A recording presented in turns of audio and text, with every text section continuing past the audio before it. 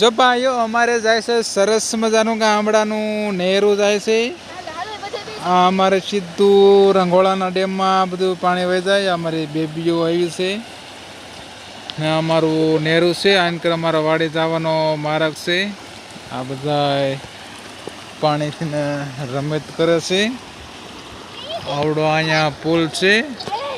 જોઈ શકો છો આની ઉપર ગામને વટીને ડેમ છે અમારે. એ ડેમ ભરાઈ ગયો છે.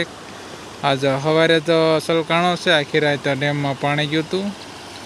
અમારો જો સામમાં દેખાય ને એ અમારો વાડી જવાનો માર્ગ છે. 1 કિલોમીટર વાડી થાય.